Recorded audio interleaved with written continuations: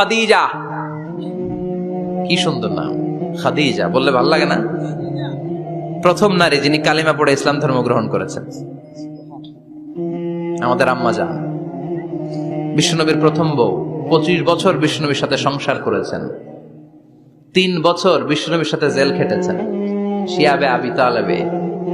কেমন বউ? জামাইও জেলখানায়, বউ জেলখানায়। বিশ্বনবীর সবগুলো বাচ্চা সন্তান, ছেলে মেয়ে এই মহিলার গর্ভ থেকে এসেছে, একজন ছাড়া ইব্রাহিম। ইব্রাহিম বিশ্বনবীর আরেক বউ মারিয়ার গর্ভে এসেছে, বাকি সব খাদিজার গর্ভে। যে আমরা ফাতেমা, বিশ্বনবীর কন্যার নাম কি? ফাতেমার মায়ের নাম কি? খাদিজা। সুবহানাল্লাহ। ফাতেমা, রোকাইয়া, উম্মে কুলসুম, জায়নাব, এই 4 জনের মাই খাদিজা। আবার আব্দুল্লাহ, কাসেম, এদের মায়ের নামও খাদিজা। বিশ্বনবীর সব সন্তান এসেছে খাদিজার পেট থেকে। বরকত বেশি না কম? বিশ্বনবী ভয় পেলে খাদিজার কাছে গেলে ভয় কেটে যেত, সাহস যোগাতেন, শেল্টার দিতেন, ছাতার মতো মাথার উপরে দাঁড়িয়ে থাকতেন। আল্লাহু আকবার। বিশ্বনবী বলতেন, রুজিক তো হুব্বাহা, খাদিজার ভালোবাসা আমার অন্তরে আল্লাহ রিজিক হিসেবে দিয়েছে। আবার বিশ্বনবী বলতেন, আল্লাহ যেই কিয়ামতের দিন বন্ধু বন্ধুরে চিনবে না, ভাই ভাইরে চিনবে না, কেউ কাউরে চিনবে না, ওই কঠিন দিনে আমি আমার খাদিজারে যেন ভুলে না যাই, আমার খাদিজারে যেন দেখা মাত্রই চিনতে পারি এটা আমার খাদিজা। খাদিজাকে নিয়ে মা আয়েশা একদিন একটা কটু কথা বলেছিল। ও নবী, কবে আপনার এই বুড়ি মহিলা, বুড়ি বউ খাদিজা ইন্তেকাল করেছে, তারপরে কত সুন্দরী সুন্দরী বউ আমরা এসেছি, আমগরে ভালো লাগে না? খালি বুড়ির কথা কন কেন? খালি বুড়ির কথা স্মরণ করেন। আমরা আছি, আমাদের দিকে তাকান, আমরা কত সুন্দরী, আমরা কত ভালো। বিশ্বনবী রেগে গেলেন, মা আয়েশাকে এইভাবে ধরলেন। জীবনে কোনোদিন কোন স্ত্রীর গায়ে হাত তোলে নাই, শুধু ওই দিন মা আয়েশাকে এইভাবে ধরেছিলেন আর বলেছিলেন, আয়েশা খবরদার জীবনে এই কথা বলবা না, আমার খাদিজা আমার বিপদের দিনের সঙ্গিনী, তোমরা আমার সুখের দিনের সঙ্গিনী, তোমরা কেউ আমার সাথে জেল খাটো নাই, খাদিজা আমার সাথে জেল খেটেছে 3 বছর। কয় বছর? কি মহিলা ছিল! বিশ্বনবীকে সবসময় আগলে রেখেছে, শেল্টার দিয়েছে, প্রতিভক্ত ছিল। খাবার নিয়ে বিশ্বনবীর জন্য এদিক সেদিক যেতেন, বিশ্বনবী না আসলে খেতেন না। বিশ্বনবীকে কলিজার চাইতো বেশি ভালোবাসতো, পতি যা বলবে তাই শুনতো। ও মায়েরা, খাদিজাতুল কুবরার জীবনী থেকে আপনাদের জন্য শিক্ষা হলো প্রতিভক্তি। কি ভক্তি? এখন প্রতিভক্তি নাই, আমরা করি নারী ভক্তি। এখন নারী নির্যাতন কমে গেছে বাংলাদেশে, বেড়ে গেছে পুরুষ নির্যাতন। কথা কন। এখন আমরা ভক্তি করা লাগে, আমরা ভক্তি না করলে ঘরে খাওয়ান নাই, এরকম ঝামেলা আছে না নাই? কথা বলেন। আপনাদের নাগাইশের মহিলারা অনেক ভদ্র, নাগাইশের মহিলারা নিশ্চয়ই পতিকে অনেক ভক্তি করে।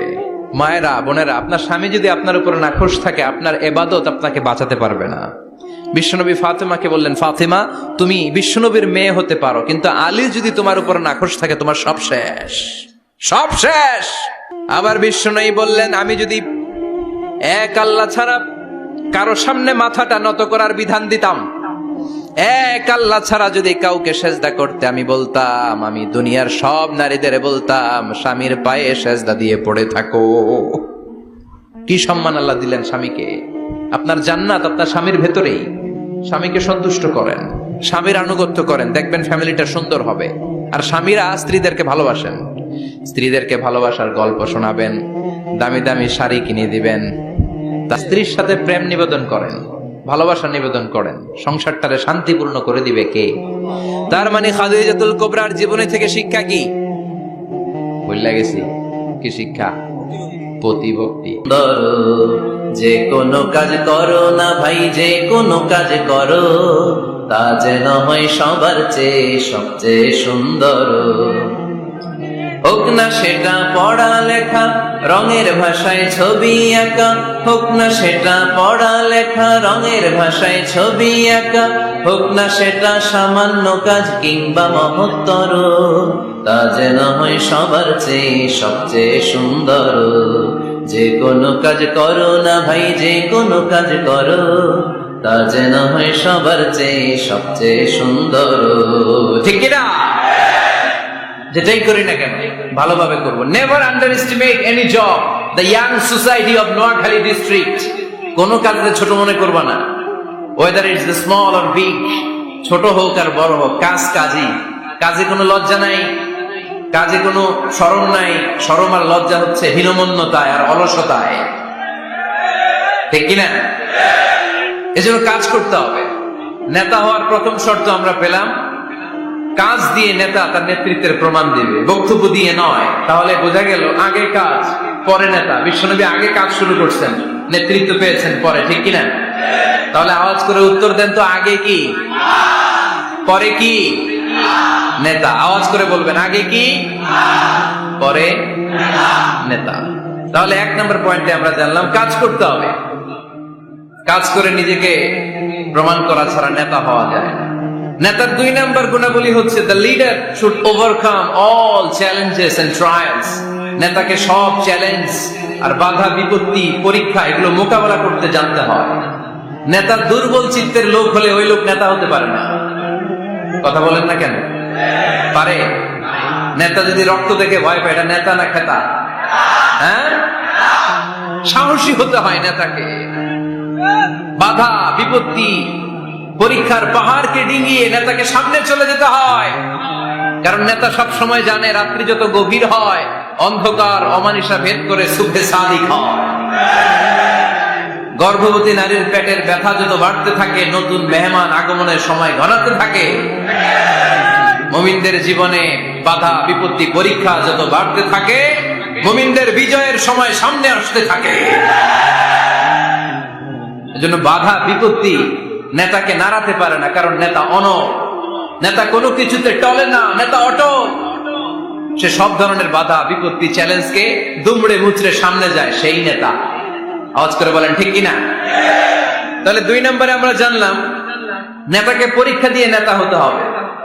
পরীক্ষা দেওয়া ছাড়া নেতা হওয়া যাবে? পরীক্ষায় পাশ করলে তবেই নেতা, ঠিক কিনা? এই কোরআন আমাদেরকে তাই জানিয়েছে। সাইয়েদনা ইব্রাহিম আলাইহিস সালামকে আল্লাহ বললেন, ইব্রাহিম তোমাকে অনেকগুলো বিষয়ে আমি পরীক্ষা করব, যদি পরীক্ষায় পাশ করতে পারো তাহলে তুমি নেতা। তাহলে তুমি কি? وَإِذِ ابْتَلَى إِبْرَاهِيمَ رَبُّهُ بِكَلِمَاتٍ فَأَتَمَّهُنَّ قَالَ إِنِّي جَاعِلُكَ لِلنَّاسِ إِمَامًا। সুবহানাল্লাহ পড়েন। আল্লাহ বললেন, ইব্রাহিম অনেকগুলো বিষয় আমি তোমারে পরীক্ষা করব। সাইয়েদনা ইব্রাহিম সবগুলো পরীক্ষায় উত্তীর্ণ হলেন। ফলস্বরূপ খুশি হয়ে আল্লাহ বললেন, ইব্রাহিম আমি তোমারে গোটা বিশ্বের সবার জন্য নেতা বানায়া দিলাম। আল্লাহ puts Ibrahim in some trials and he successfully overcome all the trials he faced. Allah said, Ibrahim, I'm gonna make you the leader. Ibrahim 5টা পরীক্ষা নিয়েছি তোমার জীবনে, বড় বড় পরীক্ষা, অগ্নি পরীক্ষা। সবগুলো পরীক্ষায় যেহেতু তুমি গোল্ডেন এ প্লাস, তোমারে আমি রেজাল্ট স্বরূপ নেতা বানায় দিলাম। সুবহানাল্লাহ কইতে বললেন না? তাহলে নেতা হতে হলে পরীক্ষায় পাশ করা লাগে। বিপদ আপদ বাধা বিপত্তিকে দুমড়ে মুচড়ে পাহাড় সম বাধাকে ছোড়াই কেয়ার করে নেতা সামনে চলে যায়, তিনি আমাদের নেতা। চিল্লায় বলেন ঠিক কিনা?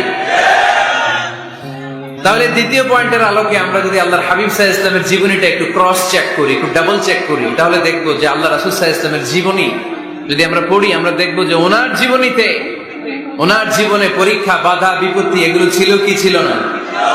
ছিল। কম না বেশি? এমন কোন আযাব অত্যাচার জুলুম নির্যাতন নাই যেটা আমার নবী সহ্য করে নাই, ঠিক কিনা? যখনই কোরআনের তাফসীর করতো তখনই হাততালি শুরু হয়ে যেত। যখনই কোরআন তেলাওয়াত করতেন তখনই শীষ দিয়ে ডিস্টার্ব করা শুরু হয়ে যেত। যখনই নামাজে দাঁড়াতেন ওটের পচা নারী বুড়ি আমার নবীর ঘাড়ের উপরে চাপিয়ে দেওয়া হতো। এখনো দেয়? সিস্টেম একই, ভার্সন পাল্টায়। The system is same but the version is different, ঠিক কিনা? ওই সময় গালি দিত, এখনো গালি দেয়, আছে না নাই? ওই সময় আমার নবীরে গালি দিত পাগল, গালি দিত কবি, বলে দিত গণক, বলতো লেস কাটা। এখনো গালি আছে না নাই? কি গালি দেয়? রাজাকার। হ্যাঁ, রাজাকারের লিস্ট নিয়েও কিলাকিলি দেশে আছে না নাই? তো গালি আছে, এখনো আছে, এখনো দেয়। তবে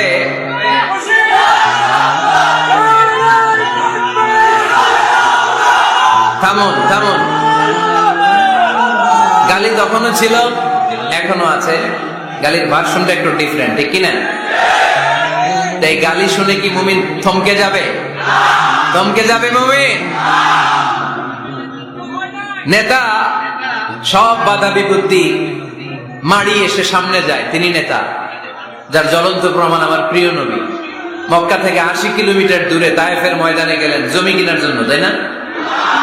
হ্যাঁ, তায়েফের ময়দানে 5 বিঘা জমি কেনার জন্য গেছিলেন আল্লাহর নবী। কি জন্য গেছিলেন? কি জন্য? তায়েফের লোকদেরকে জাহান্নামের মাইর থেকে বাঁচানোর জন্য। জোরে বলেন ঠিক কিনা? খেয়ে না খেয়ে দিন প্রচারের কাজে নিজেকে দিয়েছ বিলিয়ে, তায়েফের কাফিরেরা চিনল না সে আলো, দুষ্ট ছেলেদের পিছু দিল লেলিয়ে, পাথরের আঘাতে ক্ষত বিক্ষত হয়ে সারা শরীর থেকে রক্ত ঝরে। এ রাসূল তোমাকে ভুলি আমি কেমন করে, এ রাসূল তোমাকে ভুলি আমি কেমন করে। ঠিক কিনা? এত সুন্দর মানুষ পৃথিবীতে দ্বিতীয়টা খুঁজে পাওয়া যাবে না। এত সুশ্রী, এত শুভ্র, এত সুন্দর স্কিনের মানুষ ছিলেন আমার প্রিয় নবী, ঠিক কিনা? পাথর মেরে মেরে রক্তাক্ত করা হয়েছে, এমন কোন আযাব আর অত্যাচার নাই যেটা বিশ্বনবী সহ্য করেন নাই। মক্কায় 3 বছর শিয়াবে আবি তালেবে জেল খেটেছেন, অর্থনৈতিক আগ্রাসন, কোনো কিছু বিক্রি করতো না মক্কার লোকেরা ওনাদের কাছে। অন্য গোত্রের নারীকে বিয়ে দিত না ওনাদের সাথে। না খেয়ে গাছের পাতা, গাছের ছাল, এগুলো খেয়ে জীবন ধারণ করেছেন সাহাবারা। নিজ জন্মভূমিতেও থাকতে দেয় নাই, ঠিক কিনা? তাড়িয়ে দেয়া হলো, স্বদেশ থেকে বিতাড়িত করা হলো। আল্লাহর হাবিব সাল্লাল্লাহু আলাইহি ওয়াসাল্লাম মক্কা নগরীকে বড্ড পছন্দ করতেন। মদিনায় যাওয়ার সময় তিনি মক্কার দিকে ফিরে ফিরে তাকান আর কাঁদেন আর বলেন, মক্কা তো হাব্বুল বিলাদ ইলাইয়া, মক্কা হচ্ছে আমার সবচাইতে প্রিয় শহর। লাউলা উখরিজতু লামা খারাজতু মিনহা, আমার যদি জোর করে মক্কা থেকে তাড়িয়ে দেয়া না হতো, আমার জীবনেও মক্কা ছেড়ে আমি কোথাও যেতাম না, কোথাও যেতাম না। তাড়িয়ে দেয়া। মদিনায় যেও শান্তি নাই, ওখানে ষড়যন্ত্র কেমন করে এই নবী মুহাম্মদকে মারা যায়। খাইবারের এক ইহুদি নারী বিশ্বনবীকে দাওয়াত করেছিল, দাওয়াত পেলে বিশ্বনবী ফিরিয়ে দিতেন না। ওই দাওয়াত খেতে যাওয়ার পরে বিশ্বনবী খাসির বাজুর রান পছন্দ করতেন, খাসির গোশতের মধ্যে বিষ মিশিয়ে দেয়া হলো। বিশ্বনবী বিষে আসক্ত হয়ে, বিষে বিষাক্ত হয়ে শেষ নিঃশ্বাস ত্যাগ করেছেন। বিশ্বনবী ইন্তেকালের আগে বলেছেন যে খাইবারের ওই বিষের ব্যথা আমি এখনো টের পাচ্ছি। আমার নবীর মৃত্যু ছিল শহীদি মৃত্যু, চিল্লায় বলেন ঠিক কিনা? ইহুদিদের মিত্র লাবিদ ইবনুল আ'সাম বিশ্বনবীকে ব্ল্যাক ম্যাজিক করেছে, জাদুটোনা। 6 মাস আমার নবী অসুস্থ ছিল। আযাব, অত্যাচার, বাধা, বিপত্তির এমন কোন ধরন নাই, এমন কোন ভার্সন নাই যেটা আমার নবী সহ্য করে নাই, ঠিক কিনা? তাহলে নেতা হতে হলে দৃঢ় মনোবলের হতে হবে। দুর্বল চিত্তের লোক কখনো নেতা হতে পারে না। আপনি যদি নেতা হতে চান, আপনাকে পাহাড় সম বাধা বিপত্তিকে ডিঙিয়ে সামনে যাওয়ার প্ল্যান প্রোগ্রাম আগে থেকেই করে রাখতে হবে, ঠিক কিনা? তাহলে আপনি নেতা। Leader should overcome all the challenges and trials he face in his life. তার জীবনে যত বাধা আসবে, যত বিপত্তি আসবে, সব মারিয়ে তাকে সামনে যেতে হবে, তাহলেই তিনি নেতা। তাহলে প্রথম পয়েন্টে আমরা জানলাম নেতা হবেন তিনি যিনি কাজে বিশ্বাসী, কথায় নয়। দ্বিতীয় পয়েন্টে আমরা জানলাম নেতা বিপদ দেখে ভয় পায় না। বিপদ দেখে ভয় পাইলে এটা নেতা। টায়ার পাংচার হইলে, সাইকেলের টায়ার পাংচার হইলে যদি লাভ দেয়, এটা কি নেতা? হ্যাঁ, বরং গ্রেনেড হামলা হলে দৌড়ে সেখানে যে দেখবে আমার কোন কর্মী সেখানে মারা গেল কিনা। এ হচ্ছে নেতা। He is the true leader, he is the charismatic leader. ট্রাকের টায়ার পাংচার হইলে লাভ দিল, এটা তো নেতা না। নেতাকে দৌড়ে যেতে হবে, সমস্যার গোড়া বের করতে হবে, বাধা বিপত্তিকে থোড়াই কেয়ার করবে নেতা, সেই আসল নেতা, ঠিক কিনা? দুইটা পয়েন্ট কি বুঝতে পারছেন আপনারা? মনোযোগ আছে না গেছে? কষ্ট হচ্ছে? শেষ করে দিব? শুনবেন আরো কিছু সময়? কখন আসছেন আপনারা?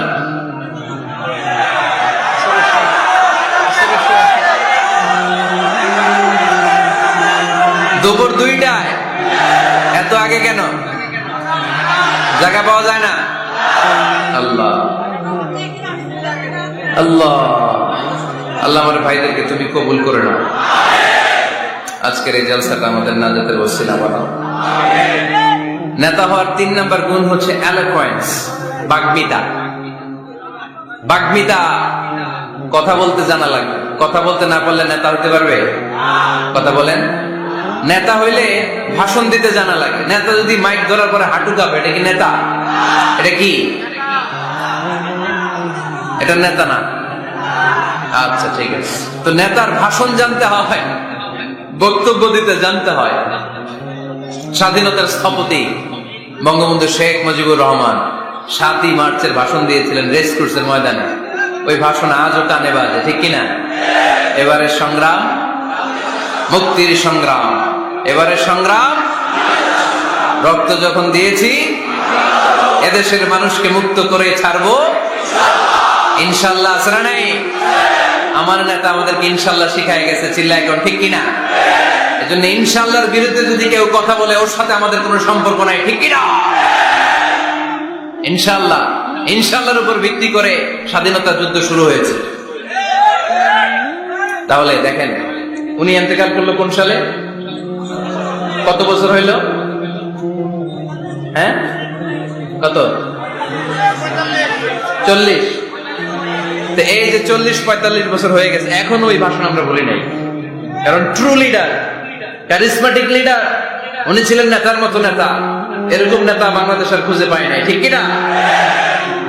বক্তব্য দিতে জানা লাগে, এলোকোয়েন্স, ভাষণ দানে পারঙ্গমতা থাকা চাই নেতা, তাইলে উনি নেতা না। বারাক ওবামা বলতেন হ্যালো শিকাগো, হ্যালো আমেরিকা। আমি যদি আজকে বলি হ্যালো নোয়াখালী, সবাই খুশি, কারণ নোয়াখালীটা ডাক দিছি। বারাক ওবামা শিকাগো সিটিতে একটা প্রোগ্রামে গিয়েছিল, তো যে এরকম বিশাল লক্ষ লক্ষ জনতা, উনি ভাষণ শুরু করেছিল এই শব্দ দিয়ে, হ্যালো শিকাগো। শিকাগোর লোক মহা খুশি যে আমাদের শিকাগোরে ডাক দিচ্ছে। তো এই যে ভাষণ জানা, এটা নেতার জন্য অপরিহার্য। কথা বলতে জানতে হয়, কথা বলতে না জানলে ওই লোক নেতা হইতে পারে? নেতা যদি মাইক নিয়ে তোতলামি শুরু করে, মামলিং করে, কি বলতেছে নিজেই বুঝতেছে না, সে কি নেতা? আচ্ছা, এবার আবার ফিরে যায় আল্লাহ রাসূল সাল্লাল্লাহু আলাইহি ওয়াসাল্লামের জীবনীতে। আমার নবী কি সুন্দর করে গুছিয়ে কথা বলতে জানতেন? পরিষ্কার পরিচ্ছন্ন আরবি ভাষায় ভাষণ দিতে জানতেন? আল্লাহ হাবিব সাল্লাল্লাহু আলাইহি ওয়াসাল্লাম বলতেন, সহিহ মুসলিমের বর্ণনা, উতিতু জাওয়ামিউল কালিম, আল্লাহ তাআলা আমাকে জাওয়ামিউল কালিম দিয়েছে। জাওয়ামিউল কালিম মানে কথা কম, অর্থ বেশি, বুঝায় বেশি। সুবহানাল্লাহ পড়বেন না? Precise in wording, comprehensive in meaning. কথা বলতেন কম, খেয়াল করে শুনেন, আমার নবী কথা বলতেন কম, কিন্তু এই কথার আবেদন থাকতো বেশি।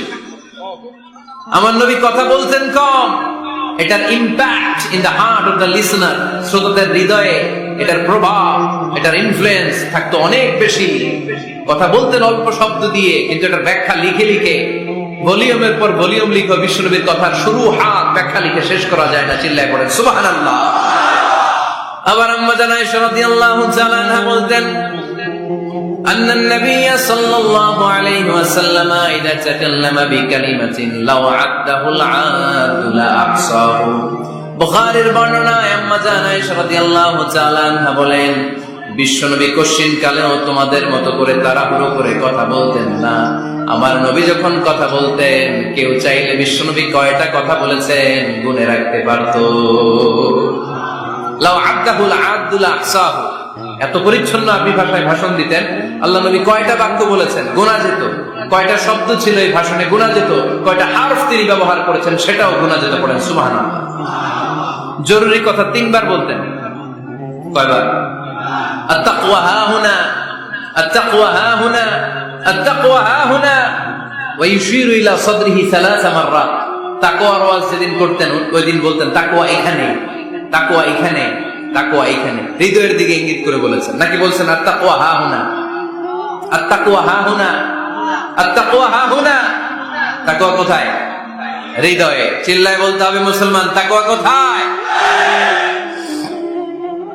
জরুরি কথা 3 বার বলতেন। ইয়াতাকাল্লামু বিকালামিন বাইকিন ফাসলিন ইয়াতাহাফফাযু মান হাওলা।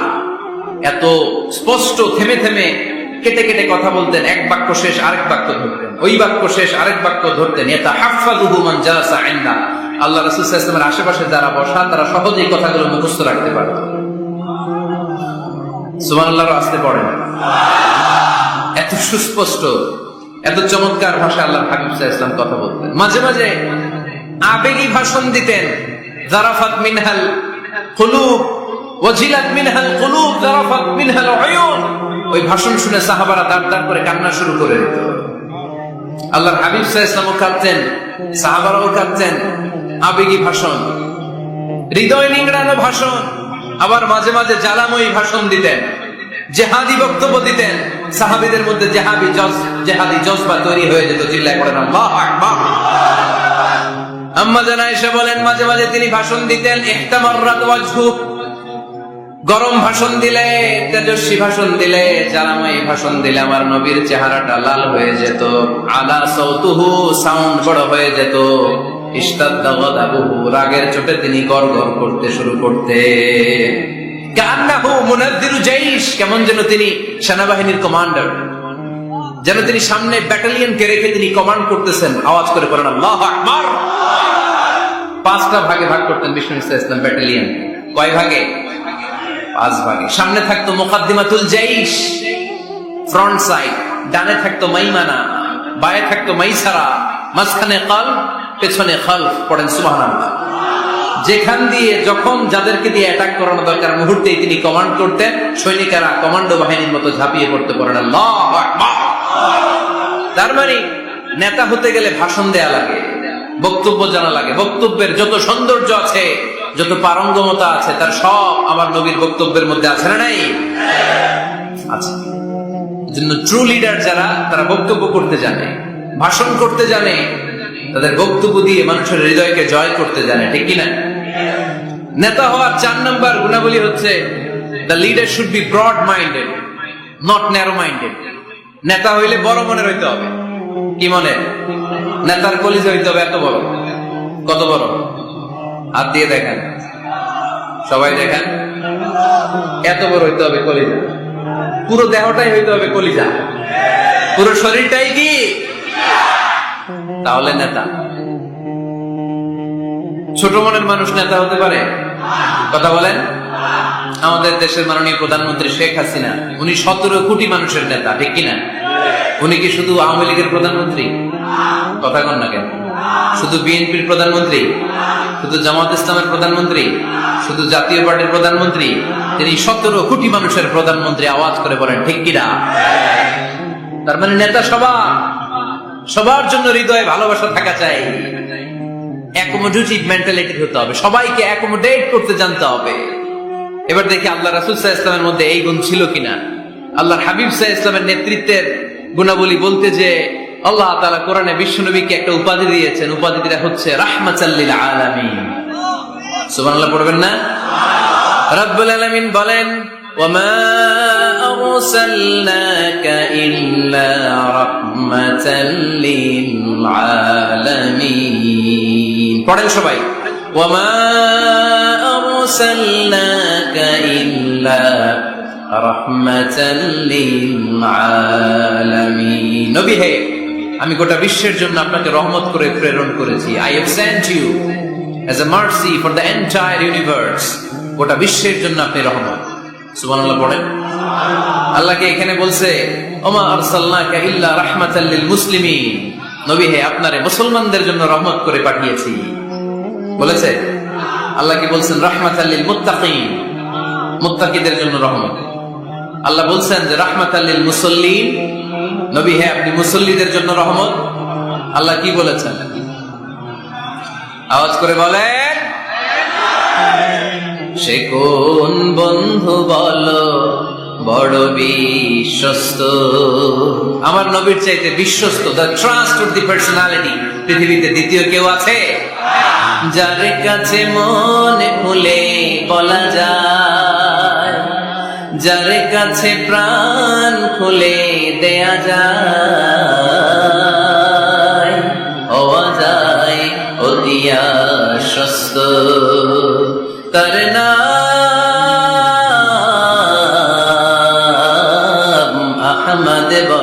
বিশ্বস্ত। সুবহানাল্লাহ পড়েন।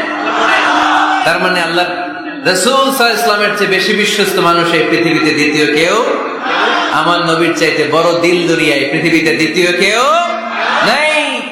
তিনি রাহমাতাল লিল আলামিন, গোটা বিশ্বের সবার জন্য ভালোবাসা আমার নবীর হৃদয়ে আছে না নাই? সবার জন্য ভালোবাসা, সবার জন্য ভালোবাসা। মক্কায় তিনি ডাকতেন, তাআলাউ ইলা কালিমাতিন সাওয়াইন বাইনানা ওয়া বাইনাকুম। ও ইহুদিরা, ও কাফিরেরা, ও মুশরিকেরা, আসো না একসাথে বসি, এক টেবিলে বসি, আসো একসাথে চা খাই, আসো আমরা একসাথে বসি। আমাদের সবার মধ্যে যেই জিনিসগুলোতে মিল আছে, আসলে মিলগুলোকে সামনে নিয়ে আমরা একসাথে বসে যাই।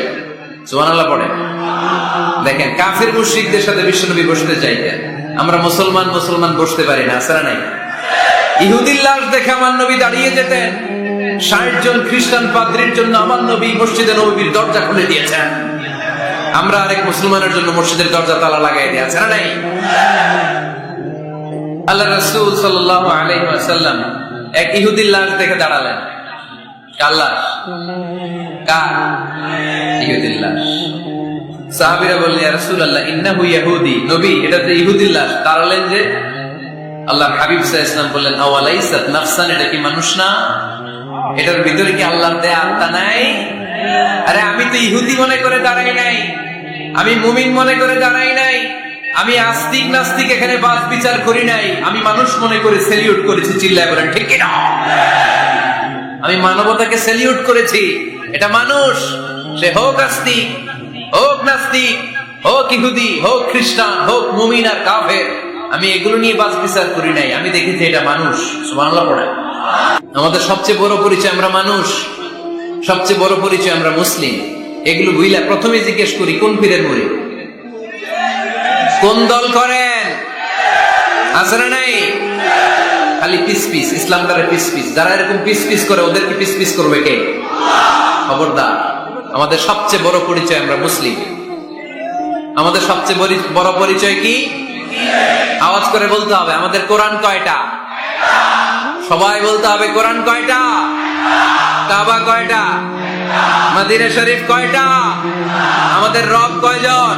আমাদের প্রভু এক নবীর উম্মত, জীবন বিধানে কইসি বাণী কোরআন।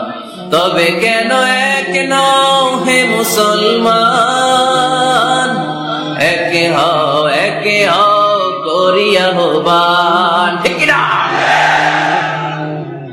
বাইতুল্লাহ মদিনা শরীফে, উহুদ পাহাড়ে, বদরের মাঠে, একটা তো জীবন, মরণ যে একটাই, একের সাথে মিলে মিশে একটাই প্রাণ। তবু কেন এক নও হে মুসলমান, একে হও করিয়া হবান। আমাদের প্রভু এক নবীর উম্মত, জীবন বিধানে ওই শিবানী কোরআন। তবে কেন এক নও হে মুসলমান, একে হও করিয়া হবান। ঠিক কিনা? কাবা এক, মদিনা শরীফ এক, আমাদের রব এক, আমাদের নবী এক, আর আমাদের মধ্যে খালি কিলাকিলি। ঠিক কিনা? না না, বিশ্বনবী সবাইকে অ্যাকোমোডেট করতেন। নেতা হতে হলে ব্রড মাইন্ডেড হতে হবে, কলিজাটা হইতে হবে কত বড়।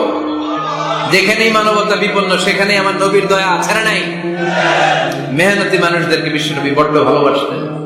খেটে খাওয়া মানুষ, দিন মজুর, এমনকি বিদায় হজের মতো এত গুরুত্বপূর্ণ ভাষণও বাদ যায়নি মেহনতি মানুষের কথা। আমার নবী বলেছেন, আরিকাকুম আতঈমুহুম মিম্মা তাকুলুন ওয়াকসুহুম মিম্মা তালবিসুন।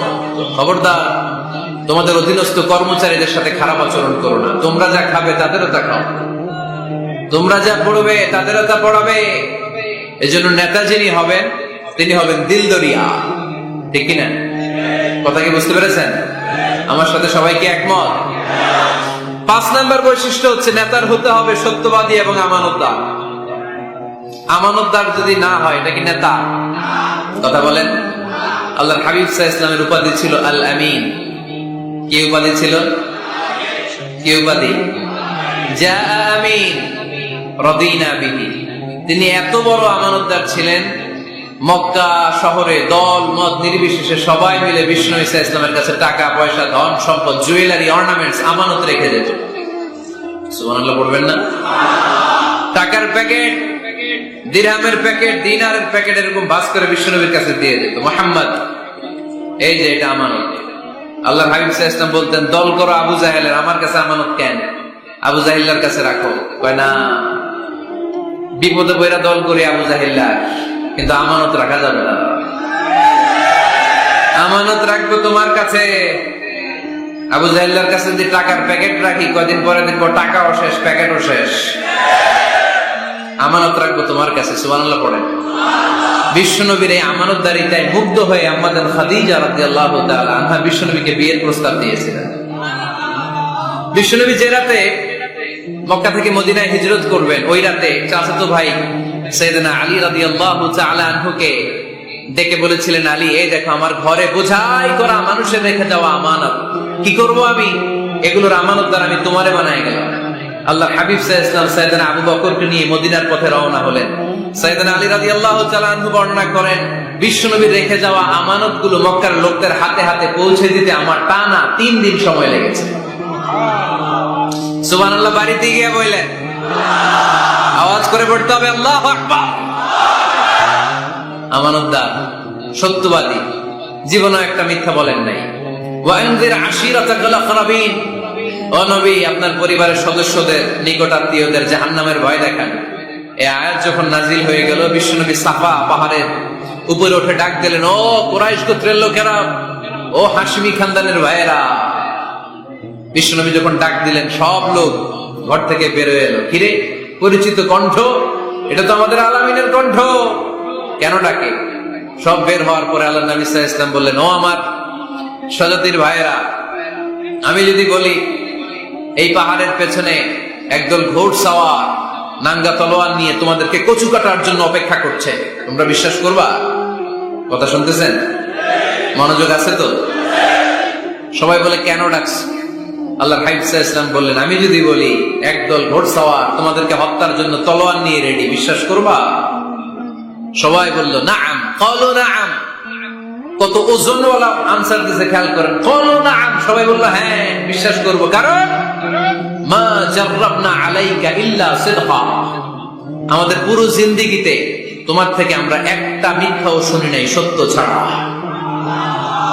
We have never ever experienced a single lie from you in our life. আমরা আমাদের পুরো জিন্দেগিতে, এই পুরো 40 বছরে, তুমি তো 40 বছর ধরে এই শহরে আমাদের সাথে একসাথে বড় হয়েছো, আমাদের পুরো জিন্দেগিতে আমরা তোমার থেকে একটা মিথ্যা শুনি নাই। নট এ সিঙ্গেল লাই। কয়টা মিথ্যা? চিন্তা করেন। এলাকার জনগণ 40 বছর পরে কি স্টেটমেন্ট দিচ্ছে, এই একটা স্টেটমেন্টে বিগত 40 বছরের সার্টিফিকেট রয়েছে। সুবহানাল্লাহ পড়ে। বিগত 40 বছর আমার নবী কেমন ছিলেন, এক বাক্যে সার্টিফিকেট দিয়ে দিল, মা জাররাবনা আলাইকা ইল্লা সিদকান। নবী হে মুহাম্মদ, আমরা এই 40 বছরে তোমার থেকে একটা মিথ্যাও শুনি নাই, তুমি সত্যবাদী, তোমার যে বড় সত্যবাদী এই তল্লাটে দ্বিতীয়টা নাই, তাই তুমি যাই বলবা তাই বিশ্বাস করবো। পড়েন সুবহানাল্লাহ। তার মানে আমার নবী একাধারে সত্যবাদী ছিলেন, আবার আমানতদার ছিলেন। আর বিশ্বনবী বলতেন, ইদা দুইয়াতিল আমানাতু ফান্তাযিরিস সাআ, যখন আমানতের খেয়ানত শুরু হয়ে যাবে মনে করবা কিয়ামত তোমাদের কাছে চলে এসেছে। আমানতের খেয়ানত আছে না নাই? নোয়াখালীতে নাই? যে যেই কাজের যোগ্য সে ওই কাজ না করে অন্য কেউ ওই কাজে আসলে এখানে আমানতের খেয়ানত, ঠিক কিনা? ইদা উসিদাল আমরু ইলা গায়রি আহলিহি ফান্তাযিরিস সাআ, যে যে চেয়ারে বসার যোগ্য নয় সে যখন ওই চেয়ারে বসে যাবে। ইমাম হওয়ার যোগ্যতা নাই, ইমাম হইছে, আছে না নাই? আছে না নাই? নেতা হওয়ার যোগ্যতা নাই, নেতা হয়ে বসে আছে, আছে না নাই? কিয়ামতের আলামত। নেতাকে সবচেয়ে বড় আমানতদার হতে হয়, আমানতদার না হলে তিনি নেতা হতে পারে। 5 নাম্বার পয়েন্টটা ক্লিয়ার? হ্যাঁ, এখানেই শেষ করে দিই নাকি? আরো 5টা শুনতে আরো 5-10 মিনিট লাগবে। হ্যাঁ, শেষ করে দিব? শুনবেন? সবাই শুনবেন? 6 নম্বর নেতৃত্বের গুণাবলী হচ্ছে গুড ইন্টারাকশন উইথ ফলোয়ার। ফলোয়ারের সাথে গুড ইন্টারাকশন লাগবে। যারা কর্মী তাদের পালস বুঝতে হবে। জনগণের পালস না বুঝলে উনি নেতা হতে পারে না। জোরে বলেন ঠিক কিনা? নেতা তার মন গড়া সব সিদ্ধান্ত নিতে পারে? কথা কন না কেন? নেতা তার অনুসারীদের, তার ফলোয়ারদের, তার কর্মীদের সাজেশন অনুযায়ী চলতে হবে, ঠিক কিনা? আল্লাহ হাবিব সাল্লাল্লাহু আলাইহি ওয়াসাল্লাম তাই করতেন। ওনার অনুসারীদের কথা শুনতেন, সব সময় সাহাবাদের সাথে পরামর্শ করে কাজ করতেন। বদরের ময়দানে আল্লাহ হাবিব সাল্লাল্লাহু আলাইহি ওয়াসাল্লাম 313 জন সাহাবাকে নিয়ে একটা জায়গায় তাঁবু গাড়লেন। বললেন এখানেই তাঁবু গাড়বো। হাব্বাব ইবনুল মুনজির রাদিয়াল্লাহু তাআলা আনহু বললেন, ইয়া রাসূলুল্লাহ, আমানসিলান আনসালাহুল্লাহ লাইসা লানা আন নাতাকাদ্দামা মিনহু আও নাতাআখারা আনহু। নবী হে, এই যে বদরের এইখানে যে আপনি তাঁবু গাড়তে বললেন, এটা কি আপনার ইচ্ছায় না আল্লাহর ইচ্ছায়? যদি আল্লাহর ইচ্ছায় হয় তাহলে তো এটা ওয়াহী, এটা চেঞ্জ করা যাবে না। আর যদি আপনার ইচ্ছা হয় তাহলে আমার কথা আছে। সুবহানাল্লাহ পড়বেন না? আল্লাহর নবী বললেন এটা আল্লাহর ইচ্ছায় নয়, এটা আমার ইচ্ছায়। সাইয়েদনা হাব্বাব ইবনুল মুনজির রাদিয়াল্লাহু তাআলা আনহু বলেন, নবী তাহলে এই জায়গায় তাঁবু গাড়া ঠিক হবে না। বিশ্বনবী বললেন, কেন? হাব্বাব বলে, ইয়া রাসূলুল্লাহ, এখানে যদি আমরা বদরের যুদ্ধের জন্য তাঁবু গাড়ি, আমরা পানি না খেয়ে মারা যাব। এখানে নয় গো নবী, ওই যে দেখা যায় ওখানে, ওখানে তাঁবু গাড়লে বদরের কুয়ার পানি আমরা খাবো। আবার দুই দিকে সুন্দর উপত্যকা, বৃষ্টি হলে পানি জমলে আমরা হাউস বানিয়ে ওই পানি আমরা ব্যবহার করব। নাশরাবু ওয়ালা ইয়াশরাবুন, আমরা পানি খেয়ে খেয়ে এনার্জি পাবো, আর কাফেরের বাচ্চাগুলো না খেয়ে তৃষ্ণার অভাবে মারা যাবে। জোরে বলেন ঠিক কি না? বিশ্বনবী অবাক হলেন হাব্বাবের ইন্টেলেকচুয়াল আইডিয়া দেখে। আল্লাহর হাবিব সাল্লাল্লাহু আলাইহি ওয়াসাল্লাম বললেন, হাব্বাব যেটা বলেছে সেটাই আমার কথা, এখান থেকে তাঁবু উঠাও, ওইখানে যে তাঁবু গাড়ো যেখানে আমার হাব্বাব দিক নির্দেশনা দিয়েছে। পড়েন সুবহানাল্লাহ। কোন গোরামি আছে? আওয়াজ করে বলেন। তাহলে নেতাকে, the leader should revise the issue. He should accommodate all the suggestion come from his follower. তার ফলোয়াররা কি পরামর্শ দেয়, কি ধরনের সাজেশন দেয়, এটা জেনে লিডার আমলে নেওয়ার দরকার আছে না নাই? নেতার 7 নাম্বার কোয়ালিটি হচ্ছে কনফ্লিক্ট রিজলভিং এবিলিটি। নেতাকে বিরোধ নিষ্পত্তি করার যোগ্যতা থাকতে হবে। মারামারি লাগলে ওটা থামাইতে জানতে হবে। নেতা যদি মারামারি দেখে ভয় পায়, উনি নেতা হতে পারবেন? কথা বলেন। নেতার কাজ হচ্ছে রক্তক্ষয়ী যুদ্ধকে থামিয়ে সেখানে শান্তির সমীরণ বইয়ে দিবে। তিনি আমাদের নেতা, ঠিক কিনা? আল্লাহর হাবিব সাল্লাল্লাহু আলাইহি ওয়াসাল্লামের বয়স তখন 35। বয়স কত? মজার একটা ঘটনা, খেয়াল করে শুনবেন। বয়স কত? 35। কাবা ঘরের পুনর্নির্মাণ হবে। কাবা ঘরের 4টা কর্নারের একটা কর্নার আছে আর রুকনুল হাজারিল আসওয়াদ, যেখানে হাজরা আসওয়াদ পাথর থাকে, ওইটাকে সরানো হয়েছে। এখন কাবা ঘরের নির্মাণ শেষ। ওই হাজরা আসওয়াদ পাথর নিয়ে এটার কর্নারের মধ্যে সেট করা হবে। কিন্তু কে রাখবে? কারণ হাজরা আসওয়াদ তো যেন তেন পাথর নয়, জান্নাতি পাথর। কিয়ামতের দিন এই পাথরের ভেতরে আল্লাহ একটা জিহ্বা দিবে, 2টা চোখ দিবে। এই পাথর বলবে, আল্লাহ এই লোকগুলো আমারে চুমু দিয়েছিল, এর উসিলায় আজকে তুমি তারা জান্নাতে ঢুকায় দাও। এটা অনেক সম্মানিত পাথর। এই পাথরকে বহন করাটাও সম্মানিত। 4 দলের মক্কার 4 নেতা বলে, এই সম্মান আমরা হাতছাড়া করতে চাই না, কেউ এই পাথরে হাত দিতে পারবে না। এক নেতা কয়, আমি নিব, আমি নিয়ে এটা কাবা করে রাখবো। দ্বিতীয় নেতা বলে, না, এই পাথর আমি অন্য কাউরে দেব না, এটা অনেক সম্মানের, অনেক প্রেস্টিজিয়াস ইস্যু, আমি এই পাথরটা হাতে নিয়ে কাবা ঘরে রাখবো। তৃতীয় নেতা বলে, না, রক্তের গঙ্গা বইয়ে দেব, কিন্তু এই পাথর কাউরে দেব না। চতুর্থ নেতা বলে, না, আমি নেব। কিলাকিলি আসে না নাই? পাথর কয়টা? নেতা কয়জন? 4 জন।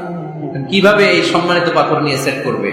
কেউ মীমাংসায় যেতে পারে না। এক মুরব্বী বলে, থাক, আজকের জন্য এখানেই সবার মুলতবি, আগামী দিনে এই মসজিদুল হারামের দরজা দিয়ে প্রথম যে ঢুকবে সে সিদ্ধান্ত দিবে। আল্লাহর মেহেরবানি, এর পরের দিন এই পথ দিয়ে ছুটে এসেছে বিশ্বনবী মুহাম্মদ। সুবহানাল্লাহ পড়বেন না? এরা হতে হেলে দুলে নুরানি তনু ওকে আসে হায়, সারা দুনিয়ার হেরে মেরে পর্দা খুলে খুলে চায়। সে যে আমার কমলিওয়ালা কমলিওয়ালা, তার ভাবে বিভোর রাঙা পায়ের তলে, পর্বত জঙ্গল টল মল টলে, খুরমা খেজুর বাদাম জাফরানি ফুল ঝরে ঝরে যায়। সে যে আমার কমলিওয়ালা কমলিওয়ালা, এরা হতে হেলে দুলে, নুরানি তনু ওকে আসে হায়, সারা দুনিয়ার হেরে মেরে পর্দা খুলে খুলে যায়। সে যে আমার কমলিওয়ালা কমলিওয়ালা, সে যে আমার কমলিওয়ালা কমলিওয়ালা।